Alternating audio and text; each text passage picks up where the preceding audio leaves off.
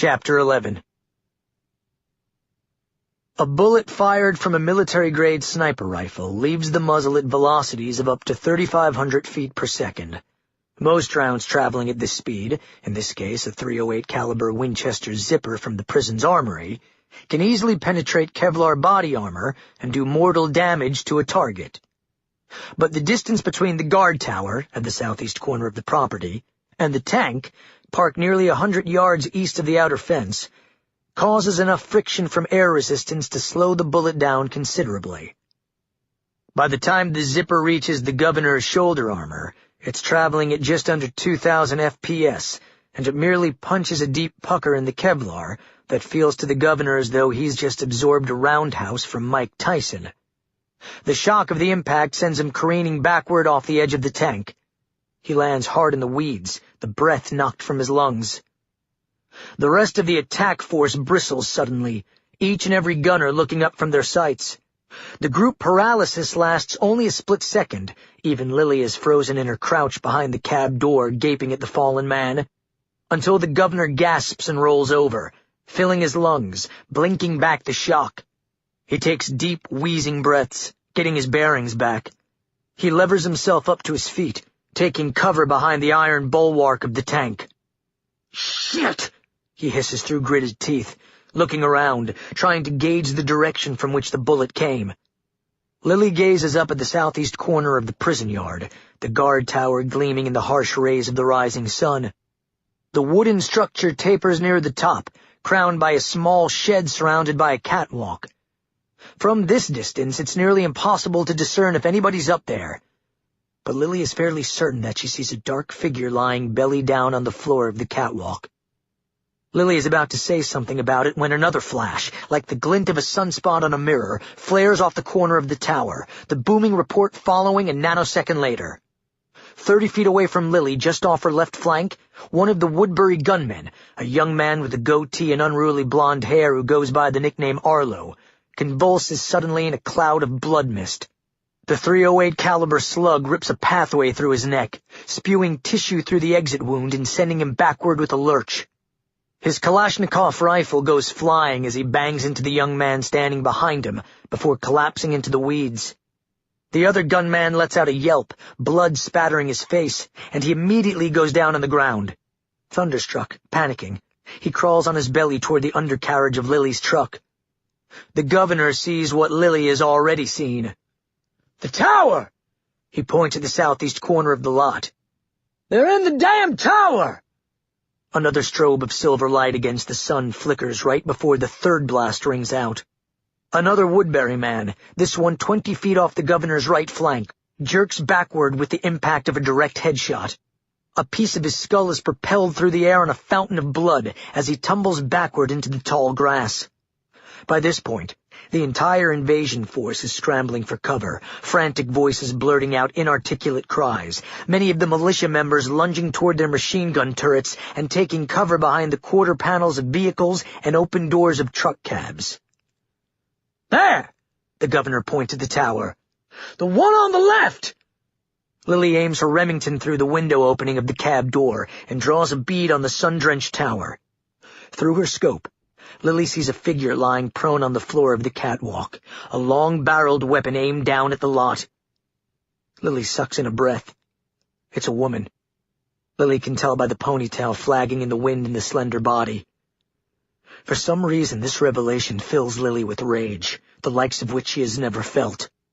But before she has a chance to squeeze off a single shot, a volley of thunder erupts on either side of the truck.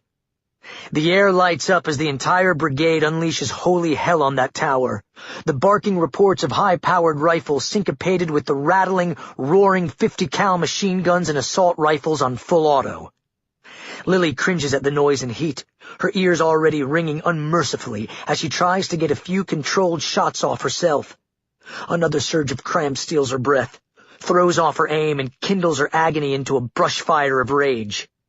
She ignores the pain, holds her breath, makes the adjustment to her point of aim for the drop rate, aiming just a few inches high on the target, and then fires. Her rifle booms, the recoil punching her in the shoulder, the spit of cordite on the side of her face like hot grease. Way up at the top of the guard tower, The edge of the catwalk comes apart in a daisy chain of tiny explosions, sending a chain of dust puffs into the air, pulverizing the wooden supports, pinging and sparking off the metal railing, and riddling the area around the dark figure with smoking bullet holes.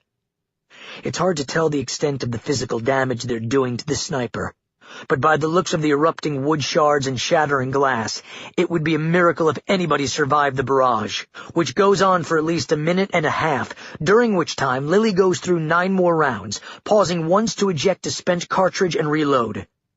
At last, she sees through the scope a splash of blood stippling the inner wall of the guard tower. The gunfire ceases for a moment. In the lull, the guard tower remains still. Someone has apparently scored a headshot. Very likely a mortal wound for this murderous bitch, but in all the chaos it's impossible to parse who actually did it. Lily lowers her muzzle and notices 2 young gunmen on her left, each crouching down by the tailgate of a cargo truck, giving each other high fives. Lily hears the governor's voice. "Well, you want a fucking medal?" Glancing over her shoulder, she sees the one-armed man pushing his way in behind the 2 young gunmen. "Stop jerking each other off and get these bodies in bags!" He gestures toward their first casualties, the victims of the lady sniper, their human remains lying in heaps in the tall grass, their heads soaking in puddles of gore. "And kill the rest of these biters," he says, indicating the few straggling reanimated dead that are now trundling around the corners of the fence, moving through the blue haze of gun smoke, "before they find their way over here and start chewing on our fucking asses." Lily lets the others finish off the remaining few walkers skulking along the fence. Instead, she crouches down behind the open door of the M35 and lowers her Remington and waits for the salvo to run its course. The sun beats down on her. Just for an instant, she thinks about the young men who were cut down only moments ago by the sniper in the guard tower. Lily had a passing acquaintance with the first one, Arlo, but never even knew the second one's name. Her mind swims with contrary emotions. Sorrow for the fallen men. Searing rage for these animals in this prison. She wants to burn this entire encampment down, nuke it, blast it off the face of the earth. But something deep down inside her, a kernel of doubt, now sits in the pit of her stomach like a cancerous tumor. Is this the best way? The only way? She can see Austin through the open cab, crouched behind the open passenger door, firing every few seconds as though on a shooting range. He appears calm and centered, but she can see the madness in his expression. Is Lily now as insane as he? She sees something else blur in her peripheral vision, and she twists around just in time to see Gabe running behind the trucks. The big, sweaty behemoth looks worried, panicked, as he approaches the tank, behind which Philip now stands, looking exceedingly imperious and impatient, his one surviving hand clenched into a fist. The 2 men get into a shouting match. Drowned by the crackle of gunfire, Lily can't tell what they're saying to each other, but it has something to do with costing us too much ammo, and these people are terrible shots, and why don't we just drive it through the fence? Finally, the governor turns to the front line of amateur warriors and bellows at the top of his lungs. "Stop! Stop! Cease fire!" The excruciating din comes to an abrupt halt. Silence crashes down on the meadow. In Lily's ringing ears, the echo of the 50 caliber turrets blends with the white noise in her brain. She peers over the top of her door and sees quite a few walkers still standing by the fence, at least a dozen or more of them, mangled and scourged with bullet holes, but heads still intact, still shuffling through the dirt. Cockroaches impervious to the spray of exterminators.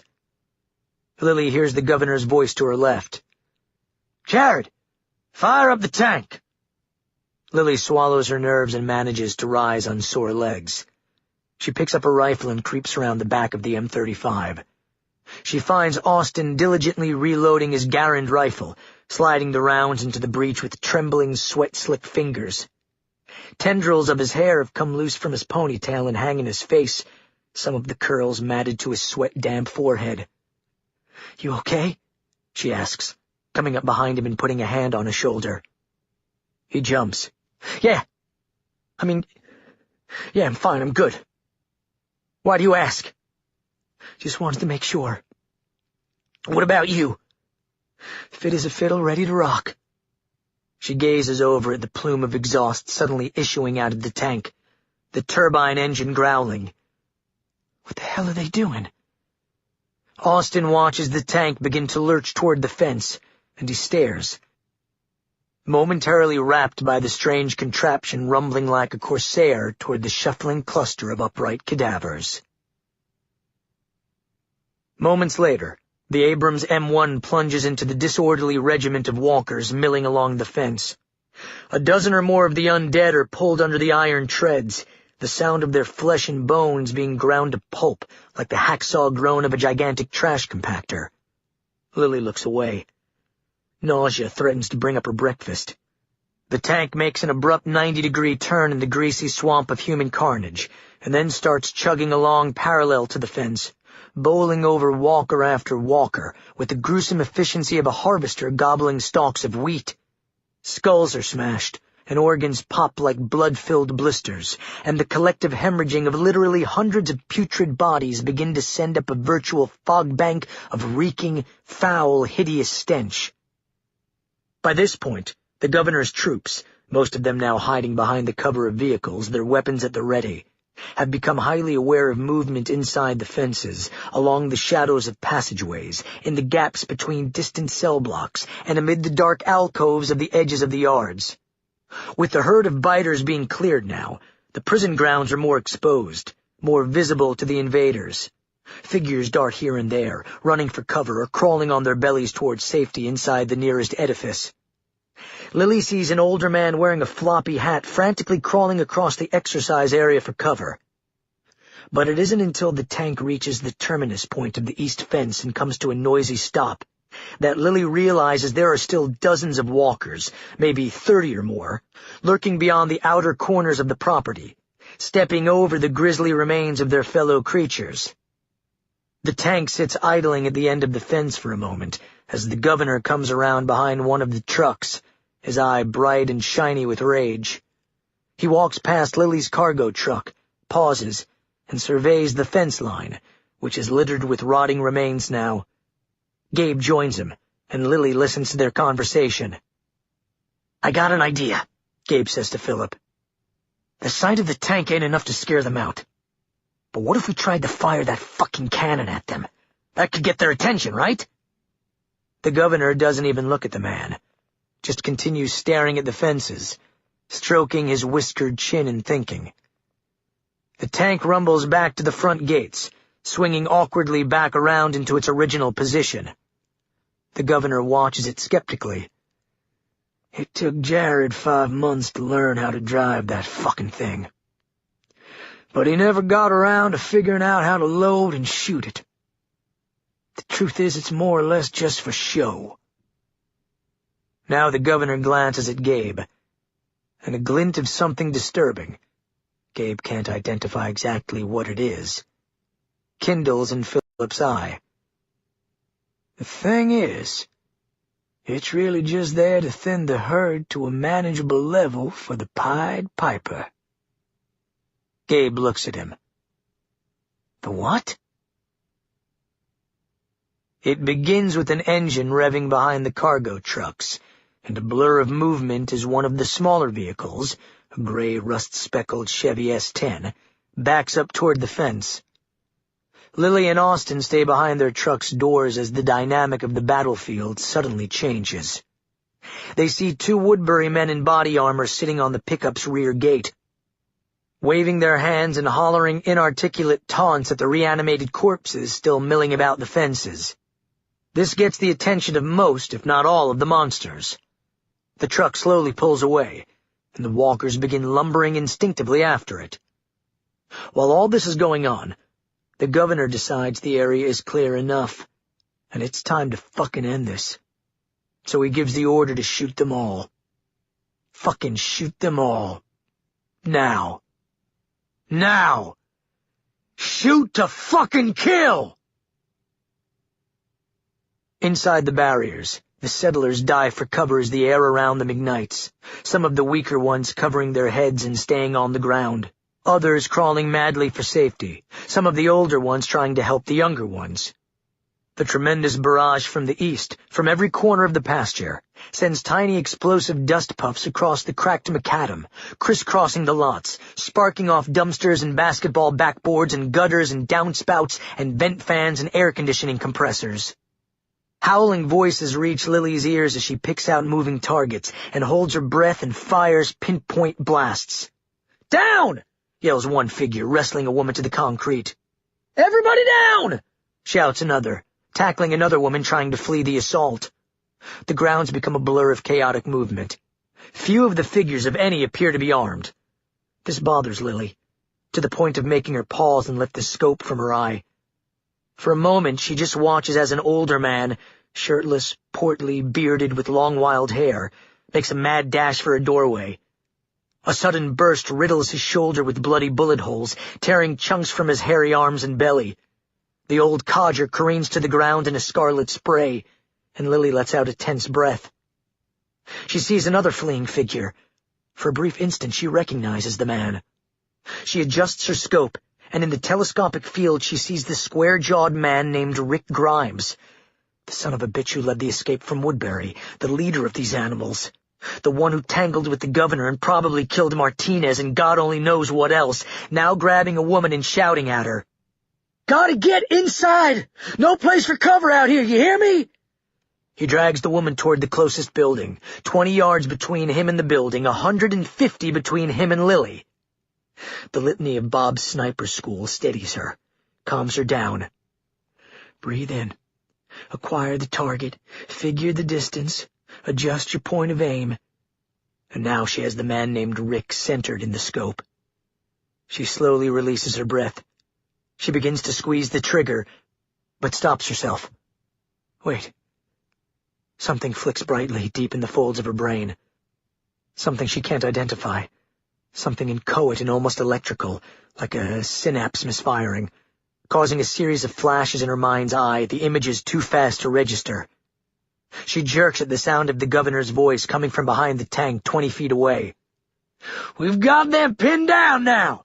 Only a matter of time before they—" The metallic ping of a ricochet zinging off the apex of the tank's steel turret cuts off his words. He ducks.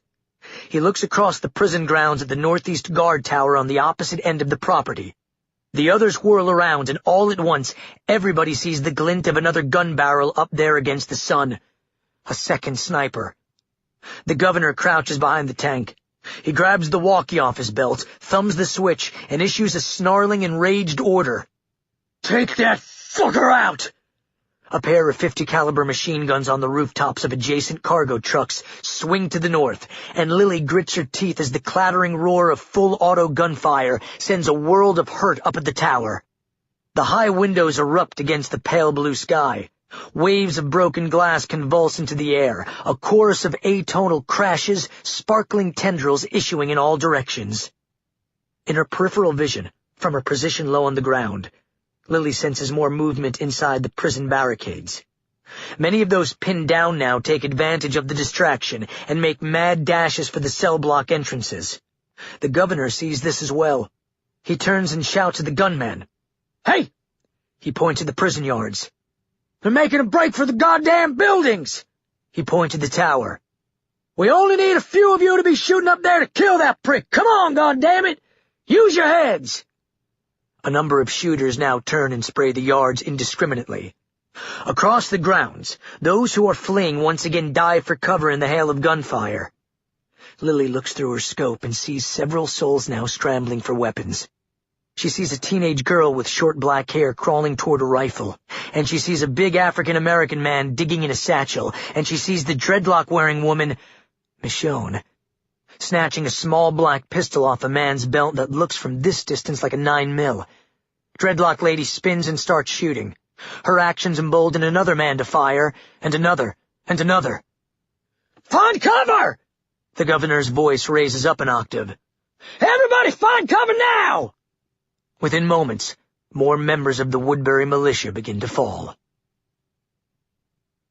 Johnny Aldridge was a 40-year-old drifter who ended up on Martinez's crew, a gentle soul who could name every member of every heavy metal band who ever toured the South in the 1990s. Now he lies in the high grass next to Lily, close enough for her to smell stale cigarette smoke on him, the man's glassy eyes propped open in death, his Adam's apple pulsing its death throes in a rhythmic gushing of arterial blood. Lily looks away and closes her eyes. Cauterizing horror and anguish course down her spine. She turns to Austin, who lies on his belly in the grass next to her. He swallows hard and doesn't say anything, but the look on his face says it all. His eyes simmer with terror. She starts to say something when she hears the firestorm from the prison yard fading slightly. The last crackle of gunfire echoing up into the morning sky. Are they reloading? Have they managed to make it back to the buildings? Then she hears the governor's voice again, drenched in madness and fury. "Fall back! Fall back, God damn it!" Lily hears the harsh noise of gears grinding all around her, engines revving, exhaust pipes backfiring. The governor's voice is nearly drowned by the collective clamor of all the vehicles firing back up. "We need to regroup, God damn it! Need to get our shit together!" Climbing out of her hiding place, she cautiously struggles back into the cab, keeping her head down, pushing open the passenger door for Austin. He climbs back into the shotgun seat, head down, breathing hard, flinching at the intermittent pop of handguns still firing through the fences. Out of the corner of her eye, Lily sees Gabe hurrying around the back of the tank. The portly man, still huffing and puffing, crouches next to the governor. "What do you think?" "This isn't working," the governor says, speaking more to himself than to Gabe.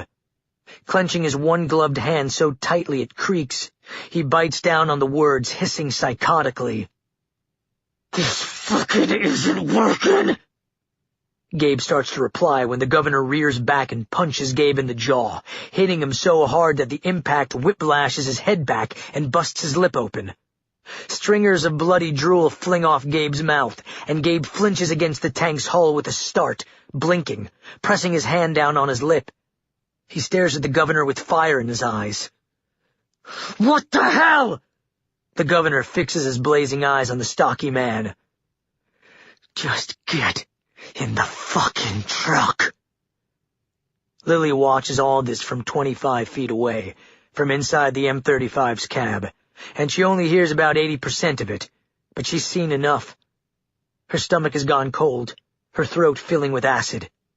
She shoots a glance at Austin, who says nothing. She revs up the engine and puts the truck into gear, grinding the shift lever into reverse. But just for that split instant, before backing away, she glances at the prison yard. Through the layers of ancient cyclone fencing, she sees a solitary figure lying on the edge of the exercise yard, soaking in a spreading pool of blood. Clad in a prison jumpsuit, male, late 30s maybe, sandy hair, grizzled, rugged-looking, a stump where his right arm should be. He slowly tries to drag himself back toward the buildings, but he's been mortally wounded, a gut shot, and all he can do is crawl inch by inch, leaving a leech trail of blood. Even from this distance, Lily can tell it's the man named Rick, and from the looks of his wounds, his chances of survival are minimal at best. She turns away at the convoy of vehicles beginning to withdraw, one by one, the trucks doing U-turns and rumbling away toward the eastern horizon. Lily follows the tank on its retreat, plunging into the fog bank of dust being kicked up by all the massive wheels, feeling nothing for the man named Rick. Neither sympathy nor satisfaction. Only emptiness. Chapter 12. "I feel like we should say something," Austin ventures an hour later, speaking in a hoarse, exhausted voice, standing on the bank of a dry riverbed 3 miles east of the prison, shivering, gazing down at a mass grave. Down in the trench, the bodies lie on top of each other, arms and legs akimbo, bloodstains turning black in the dusky light. The stagnant air swims with gnats and particulate floating through the beams of sunlight canting through the pines. "I don't know. Yeah, probably we should." Lily stands next to him, chewing her fingernails, tendrils of her auburn hair that have come loose from her ponytail hanging down across her sullen face. Her guns are holstered on her hips, and her elbows are scuffed and bloody. Her lower back throbs with pain, her joints twinge with the dull ache of exhaustion, and daggers slice through her gut, the latest wave of cramps taking their toll on her. She sniffs back the agony and stares at the casualties. Lily knew all of these men, if not by name, certainly by sight, now stacked like cordwood down in the ditch to avoid adding to the walker population, or having one of them end up as lunch for the swarm. These men who passed Lily on the street in Woodbury from time to time, said hello, tipped their caterpillar caps at her, winked at her a few times. They weren't perfect by any means, but they were decent, simple men. Some of them, Arlo and Johnny for example, were sweethearts who shared their rations with Lily on more than one occasion. Now Lily feels a vacuum in her soul as she gazes down at them. Darkness presses in on her organs and chokes her as she tries to muster up a eulogy.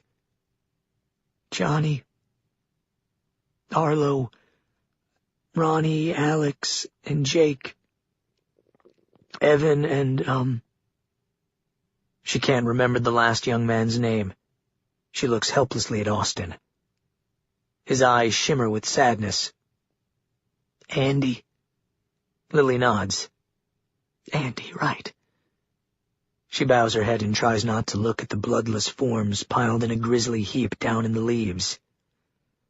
As her Grandma Pearl would say, they are just the shells left on the beach. Their spirits have flown, dear.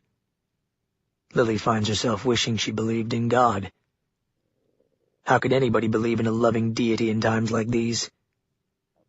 But it would be nice. Lily swallows back the bitter anguish and softly says, each and every one of you gave your lives for a higher purpose, to protect your community. You gave your all. Her voice weakened slightly, the weight of exhaustion dragging on her body. Here's hoping you're in a better place now. May you all rest in peace. A long moment of silence follows, broken only by the distant, lonely call of a heron. Lily senses the presence of others standing downstream, and she gazes to the south. About 50 yards away lurks a dark figure standing on the edge of the trees. Eye patch, missing arm, coal-black body armor, grimacing as he stares into the trees across the creek bed. Gabe stands next to him, not saying a word as he screws a silencer onto the muzzle of a stainless steel short-barrel .357 revolver. 2 other men stand at a respectful distance downstream with shovels. The 16 other surviving members of the makeshift militia, a dozen men and 4 women, can be seen through the trees, attending to the wounded, and skulking around the circle of vehicles parked in a dusty clearing, the machine gunners keeping watch. Nobody seems too interested in graveside memorials right now. Gabe hands the gun to the governor, who gives him a terse nod. Then Philip Blake turns and strides along the embankment toward Lily. You finished? He asks as he approaches with a dour look on his face. Lily nods. Yeah. Go ahead. The governor steps in front of her, looming over the mass grave. My Uncle Bud fought in World War II in the Pacific. Philip doesn't even look up as he speaks. He thumbs the hammer on the .45 and stoically fires the first round into the blood-caked cranium of Arlo Simmons. Lily barely reacts to the dry snap of the silencer, her nerves deadened now. The governor aims at the skull of another victim and fires again into the open grave. This time Lily flinches slightly at the horrible snapping noise of the bullet punching through bone. The governor glances over his shoulder at the others gathered across the clearing. I want everybody to hear this. Come on over. Slowly, reluctantly, the others put down their canteens, ammo mags, and first aid kits, snub out their cigarettes, and make their way across the clearing to the edge of the trees. The sun is dipping behind the western horizon, and the deepening shadows add to the tension. My Uncle Bud lost his life on the USS Sonoma, October of 1944, Philip says in a cold, flat voice, as he aims at another skull and fires a slug into dead tissue. Lily jumps. Now the governor speaks loudly enough for the whole group to hear. Ship got hit by the Jap kamikazes. Sunk. Destroyed by savages with no respect for the conventions of warfare or life in general. He fires again and again into the cairn of bodies, demolishing skull after skull. He pauses and turns to the onlookers, their ashen faces peering out through breaks in the foliage. That's what we're dealing with here, and I don't want any of you to ever forget it. He pauses to let this register, and then he glances over his shoulder and gives a nod to the pair of men with the shovels. Go ahead, boys, cover 'em up now. He looks at the others. These men did not die in vain. The two men with the shovels approach, and begin covering the bodies with loose dirt from the riverbank. The governor watches. He takes deep breaths, and his expression goes through a series of transformations. Lily sees it out of the corner of her eye, but doesn't stare. These people we're fighting, he goes on. They're worse than the fucking biters. They're pure evil. The monsters with no regard for the lives of their children or elderly or anybody. You've seen them in action. You've all seen how they will shoot any one of you in the back of the head and not blink an eye. They'll take everything from you and do the two-step on your fucking corpses. Philip Blake's face subtly rearranges itself then in the gloomy, fading daylight. From an expression of simmering anger to something stranger and more delusional. A vainglorious tilt of the head, an ember of righteous rage burning in his one visible eye that makes Lily nervous. He looks at his ragtag battalion. But I got news for these savages, he says as the men behind him complete their shoveling and stand back from the mound of earth with heads bowed. The tone of Philip's voice changes, deepens and softens, like a preacher moving from the fire and brimstone to the Psalms. They can attack us all they want. They can mutilate me. They can spit on our graves. But we will keep coming at them because we're on a holy crusade here, people. Not only to protect our community from these monsters, but also to rid the world of this evil. He looks from face to face, taking his sweet time as he scrutinizes every last member of his private army. We're gonna redouble our efforts. We're gonna fight fire with fire. It ain't gonna be easy. We're gonna have to give it everything we got. He looks at a middle-aged man in a Braves cap and denim shirt standing nearby with his hands on the stocks of his twin Colt .45s. Raymond, I want you to pick a couple of men and scout the perimeter tonight. Look for weak spots in their compound, any suspicious movement. I want to know what they're up to in that roach motel they're hiding out in. He looks at another man, a bearded biker in leathers with a pump-action 20-gauge. Earl, I want you and 3 others standing watch on all sides while we're regrouping. You see anything that doesn't look right, you blow it away. You understand? The bearded behemoth gives a nod, and then hurries off to choose his crew. The governor turns to Lily and lowers his voice.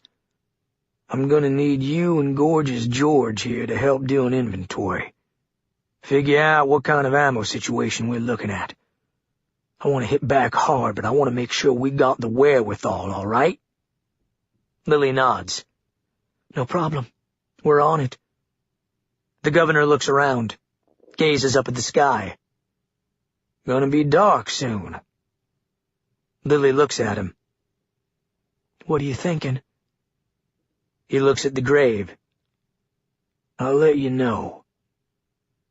and then he turns and walks off. Nobody in the beleaguered Woodbury militia sees the two figures 3 miles to the east, darting out of the unmarked rear exit of Cell Block D and hurrying across the back lot of the prison, slipping off the premises through a temporary gate in the northwest corner of the fences. Nobody in the governor's scouting party sees the dark silhouettes of a man and woman running side by side through the tall grass and into the thicket of trees along the western horizon. It's not yet full-on darkness, and the golden dusk is turning the surrounding meadow into a gauzy, softly lit knoll. Shadows of live oaks and exhaust chimneys from the prison buildings stretch and elongate into surreal, ghostly patterns as the two fleeing figures pass unnoticed, their weapons sheathed and strapped and secured to their backs, into the tree line at precisely 6:17 p.m. Eastern Standard Time. At this point, Raymond Hilliard's scouting party hasn't lit out yet. They're still discussing what weapons to bring along, how much ammo, and what supplies they might need. Meanwhile, the men on the steel bonnets of truck cabs, keeping an eye on the periphery of the governor's camp, are positioned far too low to see over the surrounding pines. If they were indeed elevated above the treetops, they might see the subtle peristalsis of twitching foliage, the twig snapping and jiggling limbs marking the course of the two stealthy invaders as they weave their way through the deeper woods toward the militia's temporary encampment. At that moment, on the edge of the clearing along the riverbed, outside the circle of trucks, 3 men and 1 woman huddle in the gathering shadows, checking their weapons and taking stock of their ammunition. "Leave that shit here," Raymond Hilliard orders the oldest man in the scouting party. "What? This?" James Lee Stiegel, a rangy old farm worker from Valdosta with thinning hair and hound dog eyes, indicates his little stainless steel flask, from which he has just taken a slug of cheap whiskey. "No, you moron. Goddamn backpack," Raymond says, pointing at the heavy rucksack on the farm worker's back. Raymond Hilliard is a former football coach with a Class C college team out of North Atlanta, a tall, sinewy, grizzled good old boy, with a Falcons cap pulled down low on his forehead over dark, cunning eyes. He carries an AR-15 with a high-capacity clip. "We're traveling light, just bringing enough to defend ourselves." The woman steps forward. "Is my Tech-9 going to be enough, Ray?" Gloria Pine is a small, compact, ruddy-skinned woman, tough around the eyes, with deep crow's feet that belie her age, and a thick thatch of red hair tucked under a visor that says, "I'm with Stupid." "Yeah, just bring an extra mag or 2. Raymond turns to the other men standing behind Gloria, both of them younger, dressed in the tattered hip-hop regalia of urban youth, baggy shorts, high-top Jordans, mesh shirts, tats. They both look sheepish and a little scared, despite the fact they each pack an AK-47 with a high-capacity mag. "You two bring up the rear flanks. Keep an eye on our backside." One kid looks at the other kid, clearing his throat nervously, muttering under his breath, "I ain't standing nobody's backside, least of all Gloria's." "Shut your mouth!" The baritone growl comes from behind one of the vehicles, the shadow of a portly figure marching toward them. Gabe comes around the rear of a cargo truck with his MiG shouldered and a surly look on his face. His eyes blaze with tension. He storms up to the 2 younger men and hisses at them through gritted teeth, his thick neck beaded with perspiration, his black turtleneck damp with sweat spots. "Stop fucking around and get this show on the road." Raymond thumbs the safety off his assault rifle and gives the group a nod. "All right. Let's move out." They get less than 500 yards from the clearing, moving single file through the deep woods, Raymond on point, Gabe coming along to keep watch on the proceedings, the others following closely behind, when Jim Stiegel realizes he has to pee. For the last few years, Jim's prostate has been acting up. He forgot to relieve himself before they left camp, and now the combination of his weak bladder and the many sips of whiskey he's been tippling all night make the trudge through the silent, shadow-bound forest very uncomfortable. But he doesn't say anything at first. He just follows closely behind Gabe, twitching at every faint noise and churring cricket that floods the dark woods with a low, droning symphony of night sounds.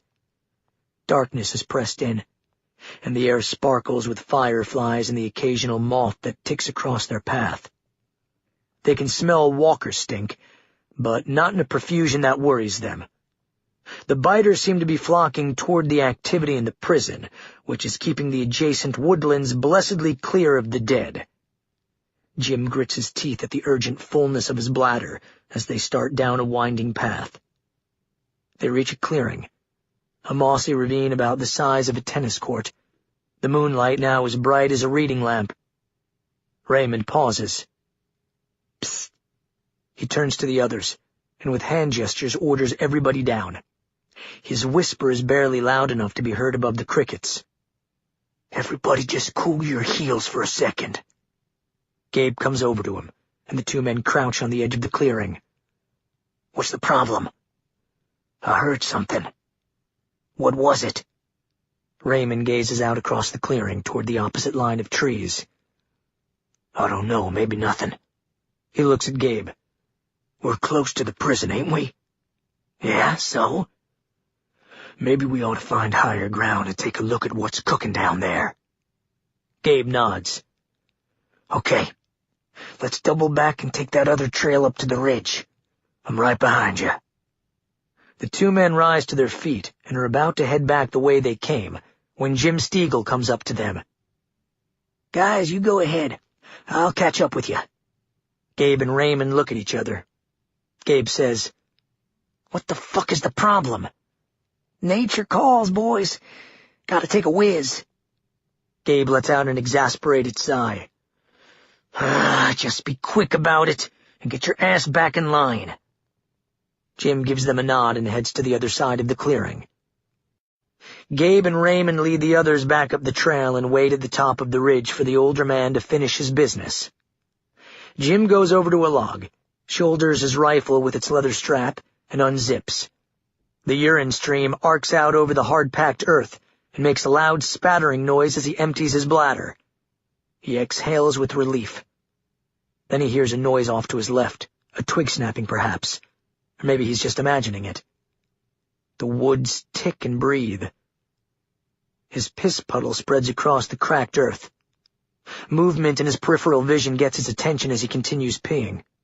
He glances to his left. He sees a shadow burst out of the woods, accompanied by the sound of body armor rattling, and he lets out an involuntary noise from deep within his lungs. Whoa! The woman comes at him with a gleaming katana sword, a blur of black Kevlar and dreadlocks flowing off her head, her slender, sculpted ebony face partially obscured by a riot helmet. It all happens so quickly, the piss stream continues unabated as she expertly swings the blade. The last thing Jim Stiegel sees is the gleam of the blade's beveled edge in his eyes.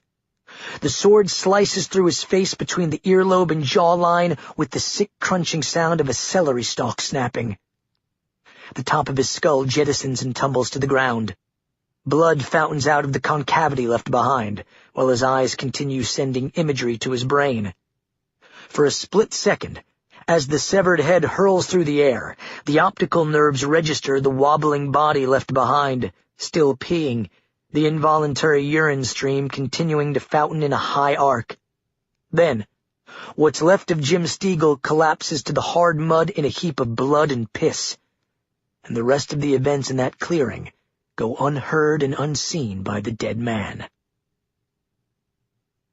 Quickly, Tyrese. The woman in dreadlocks swirls toward the fallen man. Help me with the body. At that moment, up on the ridge, behind a nettling of overgrowth, the face of Raymond Hilliard appears, peering through a break in the foliage, and his eyes bug. Oh, fuck! Then things begin transpiring very quickly, almost too quickly for the naked eye to take in, as Raymond lurches down the trail toward the clearing with his AR-15 locked and loaded and coming up quick. Another blur of blue-black Kevlar appears out of nowhere and charges across the clearing toward the oncoming gunman. This enormous African-American man, his shoulders as solid as bridge trestles, performs a flying tackle on Raymond Hilliard. Raymond's assault rifle discharges on impact, shattering the night air with a booming report, the blast going high into the treetops, shredding leaves and sending a flock of bats into the dark heavens. Raymond sprawls to the ground, the armored black man landing on top of him. Hitting his head on a rock, Raymond plunges into momentary unconsciousness. Almost simultaneously, the woman named Michonne, standing 20 feet away on the opposite side of the clearing, sees the other members of the scouting party roaring toward the scene with guns coming up and muzzles starting to flare magnesium white in the darkness. "Oh, shit," she mutters, ducking down as bullets whiz all around her. Charging toward the clearing, Gabe sees Raymond writhing on the ground 15 feet away, momentarily senseless, blinking at the sky, and the other man, the gigantic African-American, struggling back to his feet. He stands at least 6'4", and has almost 275 pounds on him, very few of those pounds fat, and it strikes Gabe that this guy is moving very quickly and nimbly for such a huge man. The big man lurches back across the clearing and grabs the woman's hand and tries to pull her away. "Run!" he cries. "Come on!" "No!" She wriggles out of his grasp. Gabe spins toward the blur of dreadlocks and fires, the bullet nicking off her shoulder armor, a firecracker in the dark, and she darts behind a tree. The huge man dives to the ground. In the flickering darkness, the woman's voice cuts through the noise of gunfire. "We do this now, Tyrese, or not at all!" By this point, Gabe has taken cover behind deadfall logs across the clearing, along with the other members of the scouting party, and he squeezes off another pair of blasts that coax more shots from his team, until everybody is firing at will. The arrhythmic crackling reports fill the air with silver lightning, tearing the foliage apart. Gabe uses a .357 Magnum revolver with a laser sight, the luminous red thread dancing across the clearing as he tries to lock onto the moving silhouettes, and his first 3 blasts kick up spits of dirt inches away from where the big black man lies on his belly, chunks of bark blowing off a tree trunk above him. "Fuck!" The man named Tyrese grunts through clenched teeth, covering his head. "Hey!" The sound of Michonne's voice in the nearby shadows gets the big man's attention. "Here! Tyrese, this way!" She gets her hand around the edge of his armored shoulder plate and yanks hard. Tyrese careens backward, out of control, sliding on his ass down a small embankment formed by a trench or a burrow dug under the massive deadwood logs by possums or raccoons or God knows what. Gabe blinks and swings the gun downward as the giant slips away into the void of blackness, right behind the woman. Like magic. Both of them. Vanishing into the dark. What the fuck? Moments later, Gabe stands on the edge of the clearing with Gloria Pine and the 2 younger men in their baggy shorts and silk jackets, each of them holding hot steel, muzzles smoking, their eyes wide and alert as they survey the deserted area. The stillness of night presses down on them, the crickets like a jet engine roaring in their ears, the moonlight shining off their tense faces. "How the fuck did they—" Gloria starts to pose the obvious question when the sound of Gabe's bellow cuts her off. "Find them!" Veins pulsing at his temples, his thick neck and shoulders as tense as girders. Gabriel Harris ejects the spent casings into the dirt, and then grabs a speed loader off his belt and slams another 6 rounds of hollow points into the Magnum. But before the others get a chance to even turn around and start their search, a noise from the other side of the clearing stiffens everybody's spine. They all go still, their hackles up. The 2 young men, Eric and Daniel, staring at each other. It could be anything. The wind, animals. Those bastards that just attacked them could be a mile away from here by now. Another noise, a plunking sound in the dark, almost like the snap of a switch or a stick breaking, draws the attention of everybody to the west edge of the clearing. All their barrels go up, a collective inhalation of breaths, fingers on triggers. Gabe's flesh crawls as he double-hands the Magnum, his beefy ham-hock arms locked in the shooting position, front sight aimed on the dense, primordial dark across the tree line. Nobody says a word for the longest time as they wait, and wait, and wait for something to move behind the dark veil of foliage. But nothing moves. They wait for another snapping noise, but silence grips the clearing. Gabe can hear his heart pulsing in his ears. After another endless second or two, Gabe silently motions with hand gestures for Eric, the youngest of the two hip-hoppers, to go wide to the left, and the other, Daniel, to go wide to the right. With quick nods, the two young gunmen fan out slowly across the clearing, stepping softly over the hard pack, moving as silently as possible. Gabe gestures to Gloria to stay quiet and follow him. Inching slowly toward the wall of black oak and wild brush, now as dark as black velvet curtains before them. Gabe aims the .357 as he goes, Gloria doing the same with her Tech-9, two-handing it, the tension narrowing their eyes and furrowing their brows. The woods remain silent as Gabe approaches the wall of undergrowth. Now he's thinking it could be walkers in there, lurking, getting ready to pounce. It could be. All at once, without warning, the sound of a woman's voice bellowing at the top of her lungs pierces the silence from behind them. Now! And Gabe has just enough time to spin around when two figures pounce from opposite corners of the clearing. And in that frenzied instant before a single gun discharges, Gabe's mind races with a jumble of panic-stricken realizations. Even as he swings the .357 up and starts to squeeze off the first shot, the variables flashing in his brain like sunspots in the darkness. They were tossing fucking pebbles or something across the clearing, the oldest goddamn trick in the book, and we fell for it. And now something glimmers like a streak of light in the darkness in front of Gabe's face before he fires. Watch out! Watch out! The katana sword gripped in the black woman's hands whispers past Gabe's face, coming within 1.5 centimeters of his throat. And it's only because of Gabe's involuntary reaction of rearing back and accidentally firing the magnum up into the air that he's lucky enough to keep his head attached to his neck. He lets out an involuntary cry, and that's when the clearing suddenly ignites. For a moment, the mass chaos that ensues, the strobe-like effect of all the muzzle flashes, the collective tumult of gunfire and yelling and flashing steel and bullets whizzing, and two armor-clad ambushers diving out of the line of fire in different directions, turns the narrow clearing into bedlam. Chapter 13. The skirmish lasts for mere seconds, not even a full minute. But when the dust clears, the last gunshots echoing and fading over the far hollows of the forest, one of the younger scouts, Eric, lies on the ground dead, his neck opened by the katana blade. One of the two assailants also lies face down on the cold ground, wounded. The other has vanished, her katana sword lying in the weeds. Gabe hyperventilates as he quickly scans the tree line around the edges of the clearing. Where the fuck did she go? He hears a noise, and he realizes that in all the excitement, the woman has slipped their grasp, careening down an adjacent embankment into the deeper woods. He lurches over to the edge of the slope and sees a shadowy figure down in the darkness to the east, now struggling to escape through thickets of dead fallen undergrowth. He can hear her heavy breathing and panting as she flees. Stay here! Gabe roars at the others, pointing at the big black man on the ground. Keep him alive! The man named Tyrese lets out an involuntary moan. One of Gabe's rounds has penetrated the armor of the giant's right thigh, passing through the fleshy part of his leg and disabling him. Now Daniel and Raymond hold the man down, shoving their muzzles against the nape of his thick neck, pressing their knees into the small of his back. Gabe slams another speed loader into his .357 and lurches down the embankment. The darkness and chill air of the forest engulf Gabe as he hurtles headlong through the trees, two-handing the magnum, flipping on the fast-fire tactical light. The red dot dances on the leaves ahead of him.